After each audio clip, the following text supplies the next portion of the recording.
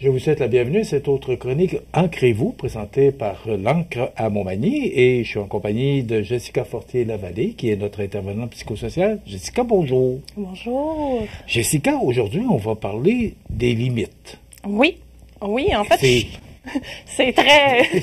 C'est grand, ça, les limites. C'est très grand comme sujet, puis en fait, je trouvais que c'était un bon moment, le mois de décembre, juste avant le temps des fêtes, pour faire un petit rappel sur les limites. C'est quoi un peu tout ça? Qu'est-ce que vous faites? C'est quoi le lien entre les limites et le temps des fêtes? Bien, en fait, c'est que souvent, le temps des fêtes, ça nous sort de notre routine, ça nous sort de nos habitudes, fait que des fois, on a plus de difficultés à garder nos limites. Nous, à l'Ancre, avec les membres de l'entourage, c'est une des choses qu'on travaille le plus, de mettre en place des limites puis de garder ces limites-là. Fait que là, c'est sûr, avec le temps des fêtes, qui peut venir chambouler un peu tout ça, ou des fois, qui amène une certaine déstabilisation, bien, c'est bien de se souvenir c'est quoi les limites, puis c'est quoi qui est bon et moins bon de faire. Là. Donc, il y a des étapes qu'on doit respecter ou qu'on doit mettre en œuvre. Oui, il y a des... Pas évident. J'ai hâte de vous entendre parce que c'est pas évident de mettre... Non, bien c'est sûr, c'est quelque chose qui des fois peut être quand même difficile à faire, mettre des limites, puis c'est pour ça que nous, on le travaille beaucoup, mais avant de commencer à vouloir mettre des limites en place, bien souvent, on a des petites étapes préalables à ça qu'on peut faire. Parce que si on arrive du jour au lendemain, puis là, qu'on dit « Ah oui, je veux mettre une limite », bien des fois, c'est dur de savoir elle est où exactement notre limite, savoir exactement c'est quoi. Fait que c'est sûr qu'une des premières choses à faire avant de vouloir mettre nos limites, bien c'est parce que dans le fond, les limites, là, tout ça, là, pourquoi on met des limites, bien c'est pour se respecter soi-même. C'est pour être bien avec nous-mêmes, c'est pour bien se traiter. Parce que si on a des limites, tout le monde a des limites dans la vie. Des fois, on ne sait juste pas exactement où nos limites. On les respecte pas nécessairement. On les respecte pas nécessairement nous-mêmes. C'est pour ça qu'une des premières étapes, c'est vraiment de nous-mêmes se traiter avec bienveillance, faire attention à nos propres limites, aussi bien s'entourer, se mettre avec des gens qu'on sent bien, qu'on sent soutenants, qu'on sent qu'ils peuvent être aidants. Après ça, bien, c'est respecter nos émotions. T'sais, si on est dans une situation où on ne se sent pas bien, on n'aime pas ça, on n'est pas en train de se respecter soi-même. On n'est pas en train de respecter nos propres limites si on se sent pas bien ou si on se sent mal dans une situation. Fait que c'est respecter, premièrement, nous, comment on se sent. Je vous arrête juste sur celle-là. Oui. Qu'est-ce que ça peut faire? On n'est pas bien dans une situation.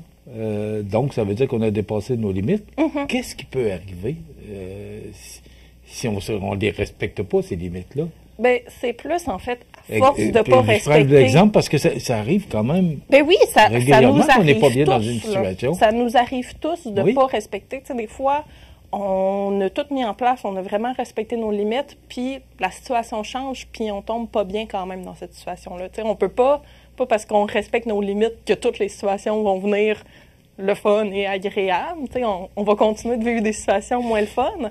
Mais mettons qu'on est vraiment dans une situation où on ne se sent pas bien, on n'est pas bien d'être, admettons, à l'endroit où on est en ce moment, puis on ne se respecte pas soi-même, puis on ne dit pas, OK, non, là, c'est assez, je me sens pas bien, je vais changer de lieu ou je vais changer quelque chose pour essayer de me respecter là-dedans. C'est surtout à long terme. La problématique là-dedans, c'est que on finit par tellement s'épuiser, puis ça devient difficile, puis ça vient creuser, puis ça va ressortir souvent de plusieurs manières chez une personne. L'épuisement, c'est comme un gros morceau qui souvent va ressortir quand on ne se respecte pas nos limites. Donc, à force de tout le temps, c'est comme tout le temps se rajouter un petit poids de plus sur le dos. Puis, c'est ça, c'est une fois qu'on écoute nos émotions, qu'on écoute, bien, c'est vraiment pour trouver où nos besoins. Puis c'est de respecter ces besoins-là. Fait que justement, les limites puis les besoins, ça va de pair ensemble, là. Donc, si justement mon besoin, je vais reprendre mon exemple de je me sens pas bien dans une situation, bien c'est qu'en ce moment, mon besoin, c'est de plus être dans cette situation-là. Tu sais, ça se peut que mon besoin soit aussi hey, il s'est passé de quoi aujourd'hui, je ne vais pas bien, j'ai besoin de parler à quelqu'un. Bien, c'est de respecter tous ces besoins-là, puis en même temps, ça va avec le fait de respecter nos limites. Là. Okay. De mettre des limites, de mettre des choses en place pour ça. Puis, tout ça, ça nous amène au final à respecter nos valeurs, à respecter ce que nous, on considère qui est bien et moins bien pour nous, parce que tout le monde a des valeurs un peu différentes. T'sais, on n'a pas toutes exactement Et une chance. Non, c'est ça, ça serait plus difficile sinon, mais vu qu'on n'est pas toutes faites exactement de la même manière, mais personne n'a deux limites exactement pareilles. Donc, c'est vraiment d'apprendre, tu sais, au fond, là, c'est apprendre à se respecter soi-même puis se donner le droit de vivre ce qu'on vit, là, parce qu'on va le vivre de toute façon. Fait qu'aussi bien se donner ce droit-là. Se respecter soi-même. Pour certains, c'est pas... C'est difficile, je cherche le bon mot, là. Ouais. C'est pas évident, là. Non, c'est pas dans la personnalité de chacun et chacune, là, de dire se respecter soi-même, là. Oui, puis des fois, on s'en rend pas compte qu'on se respecte pas. Tu sais, on peut continuer à faire de quoi parce qu'à nos yeux... Je vais prendre un autre exemple, par exemple, avec le travail. Tu sais, moi, à mes yeux, c'est vraiment important, le travail. Mais là, passe 8 heures par jour au travail, minimum, là. C'est le tiers de notre vie à travailler. Exactement, mais si j'y vais, puis je continue, puis je le lâche pas, mon travail, puis je suis tout le temps en train d'en faire, puis j'en fais trop du travail, là, au point de m'épuiser, je peux ne pas me rendre compte que je suis pas en train de me respecter là-dedans. Parce que je me dis, hey, pour moi, le travail, c'est vraiment important, puis je l'aime, mon travail, mais si je commence à faire des 12 heures par jour à tous les jours de travail, moi, personnellement, ça va m'épuiser, puis je serai pas bien là-dedans. Il y a des personnes qui le font, puis qui vivent bien avec ça. Là, on n'a vraiment pas tous les mêmes besoins, mais c'est se respecter soi-même à travers tout ça, puis des fois, c'est dur à voir, c'est dur à savoir, puis ça a tout aussi un lien avec l'estime de soi. Il faut vouloir se respecter soi-même. Il faut avoir assez d'estime. C'est pour ça que la base de tout ça, c'est justement d'être bienveillant envers soi-même, là, de bien vouloir se traiter, donc vouloir... Ce que je comprends, c'est que tout s'attache, là. Parce que se respecter soi-même, l'estime de soi, et là, oui, la liste continue, là. On n'est pas obligé d'avoir la plus grosse estime de soi pour être capable. Des fois, c'est des petits... Non, mais ça en prend. Ça en prend au moins un petit peu, puis c'est d'apprendre à se dire « Hey, mais c'est important à respecter mes limites. C'est important que je m'écoute, que j'écoute mes propres besoins. » Fait que là, de commencer des fois à faire ça, ça va aider un petit peu l'estime de soi, puis vice-versa. Si on a une bonne estime de soi, c'est se dire, on commence ça, j'écoute pas mes propres besoins. Mon corps, tout me dit que ma limite, elle est là. Puis, c'est des fois, justement, savoir, elle est où exactement la limite. C'est une autre chose qui peut être difficile. Là. C'est tout un processus de l'apprendre. Elle est où notre limite? Fait que c'est des fois faire des petits pas, des petits essais-erreurs. Donc moi, est-ce que je me sens bien? Admettons, je vais reprendre mon exemple du travail parce que je trouve qu'il peut être très bien détaillé. C'est le plus approprié parce que, comme je disais, on passe un tiers de notre vie à travailler. Exact. Mais admettons, moi, je me dis, OK, 12 heures, je le sais, c'est trop, ça m'épuise complètement. Je vais peut-être essayer de redescendre. Si je descends mes journées puis je fais un 10 heures, parce que techniquement, je suis posée faire 8 heures par jour. Là, je donne vraiment un exemple. Mais si je commence à essayer, voir, moi, elle est où ma limite? Comment je me sens bien? C'est peut-être plutôt que faire tous mes jours, de terminer super tard le soir, de redescendre, de faire, non, j'ai 1 ou 2 journées dans ma semaine que je termine plus tard parce que j'ai plein de choses à faire puis c'est important pour moi le travail, mais les autres journées, je respecte mon horaire officiel. J'apprends en faisant un petit peu des essais-erreurs des fois à voir elle est où ma limite. Là, c'est sûr qu'on est à une limite par rapport avec quelqu'un d'autre, des fois, justement, ces essais-erreurs-là vont peut-être prendre plus de temps ou si on n'est pas tout seul par rapport à notre limite, c'est sûr, des fois, c'est ça. Ça va prendre un petit peu plus d'essais-erreurs. Donc, si c'est avec l'autre personne. Donc, admettons, justement, nous, on voit des membres de l'entourage. C'est souvent avec leurs proches, les limites. Donc, est-ce que je me sens bien qu'ils viennent à tous les soirs chez moi? Ou est-ce que je me sens bien de lui faire tout le temps ses repas parce qu'il y a de la misère avec ça puis je veux l'aider d'une manière? Peut-être que les repas, c'est correct, mais qu'ils viennent tout le temps les manger chez moi, ça me dérange un peu plus. Donc, de voir, c'est vraiment de l'essayer puis de le découvrir, elle est où, nous, personnellement, notre propre limite. Là. Mais comment on fait tout ça, là? Oui,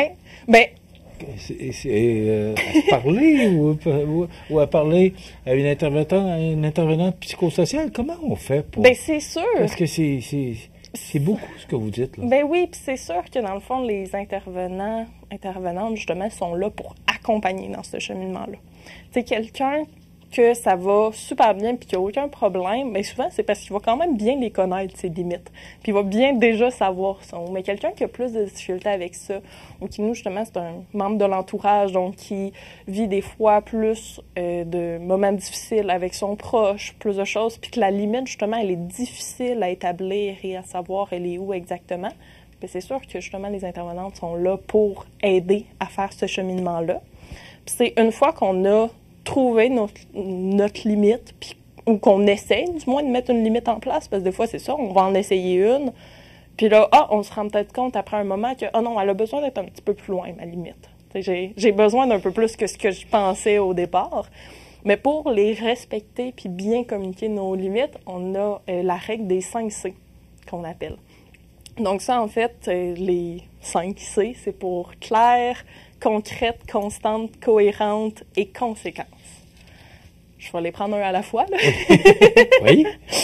Mais dans le fond, parce qu'une fois qu'on a, admettons, dit, OK, moi, j'essaie, je mets ma limite à cet endroit-là, bien, c'est de la dire clairement.